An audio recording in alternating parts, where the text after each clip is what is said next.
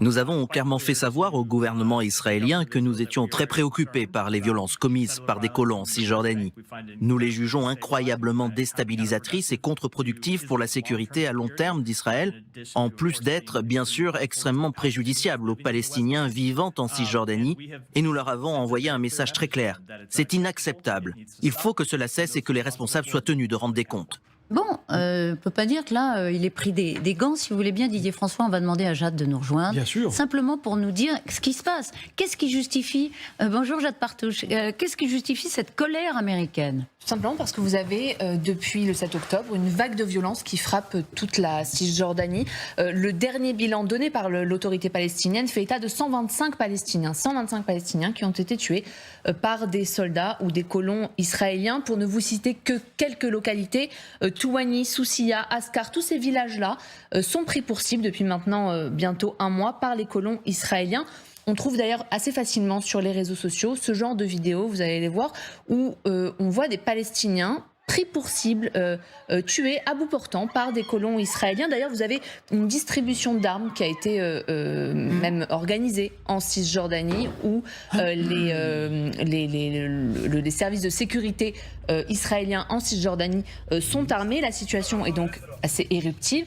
Hier, les États-Unis, vous le disiez, ont dénoncé justement ces violences et ont exhorté Israël à les endiguer. Dans un communiqué publié dimanche, le ministère des Affaires étrangères français a lui aussi souligné ces violences, a demandé à Israël de les faire cesser rapidement. Les violences perpétrées par des colons à l'encontre de la population palestinienne se multiplient. Elles sont inadmissibles et doivent cesser. Je vous rappelle quand même qu'en Cisjordanie, vous avez actuellement 465 000 colons, plus de 465 000 colons israéliens qui sont répartis dans à peu près 140-145 colonies en Cisjordanie, qui ont commencé à s'installer là à l'issue de la guerre des 6 jours en 1967. Donc 460 000 colons avec en face à peu près 3 millions de Palestiniens. Effectivement, la situation peut très très facilement dégénérer. Et ce sont aux colons que s'en prend Washington, hein, des attaques. Encore une fois, je le redis parce que c'est quand même assez... Les mots sont forts, incroyablement déstabilisatrices et contre-productifs. Mais c'est plus que contre-productif, c'est le cœur du problème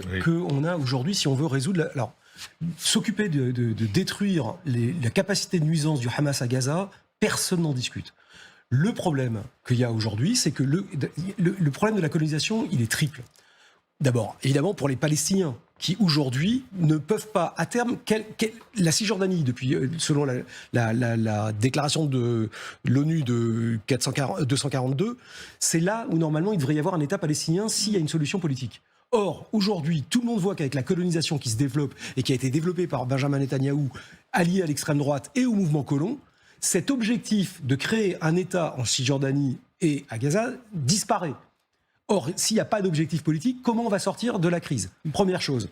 Deuxième chose, aujourd'hui, pourquoi il y a eu une telle surprise, une capacité à défendre les kibboutz d'Israël autour de Gaza ? C'est parce que le gouvernement d'extrême droite de Netanyahou a mis la majorité, 23 des unités sur les 30 qu'avait Israël pour protéger l'ensemble du pays, à protéger les colons dans ce genre d'exaction, en ne laissant que 7 unités autour de Gaza pour la protéger. Donc là aussi, il y a une question politique qui est posée, qui était énorme. La dernière chose, c'est que c'est l'armement de ces colons qui s'est fait après le 7 octobre, comme tu le disais Jade, a été fait par le ministre de la Sécurité intérieure, qui est membre de l'extrême droite israélienne, et qui, en plus, rajoute du feu sur le feu. Donc cette question de la colonisation est une question fondamentale, parce que si on n'en sort pas, on n'aura pas de solution à terme. Vous avez raison, c'est la clé de tout. Je pense que les Israéliens vont en discuter après l'affaire, mais c'est quelque chose qui ne peut pas ne pas être posé, et c'est pour ça que c'est posé par tous les alliés d'Israël. Est-ce que c'est une façon de dire, quand les Américains tapent du poing sur la table, de dire on n'est pas d'accord avec les options prises depuis longtemps par vous, Netanyahou, mais on ne va pas pour l'instant jusqu'à aller à condamner votre offensive. Non, mais l'offensive, non. Non, mais la question qui se pose, c'est est-ce que les Américains commencent à se poser des questions sur jusqu'où peut aller leur soutien à cette guerre d'Israël ? Je crois que cette question de soutien de Netanyahou, c'est une question que les Américains se posent depuis des mois. Hein, c'est pas nouveau. Et on a aussi maintenant une situation politique assez particulière en Israël, parce qu'on a le gouvernement d'extrême droite de M. Netanyahou, mais avec maintenant des éléments centristes dans cette cabinet de guerre avec M. Gantz et M. Eisenkot dedans. Pour l'instant, le ministère des extrêmes droites était assez silencieux. Ces derniers jours, ils ne se sont pas manifestés beaucoup, mais ça ne va pas durer longtemps. On a déjà vu hier une confrontation verbale entre justement M. Smotrich, qui est le ministre des Finances, mais aussi à la tête de cette partie d'extrême droite, et M. Gallant, qui est le ministre de la Défense israélienne. M. Gallant a dit qu'il faut absolument transférer maintenant l'argent qu'Israël récupère, les impôts en fait qu'Israël récupère au nom de l'autorité palestinienne, il faut les transférer, il faut donner à M. Mahmoud Abbas justement pour renforcer M. Mahmoud Abbas, pour renforcer l'autorité palestinienne et donner des moyens aux services de sécurité palestinienne aussi d'agir sur le terrain.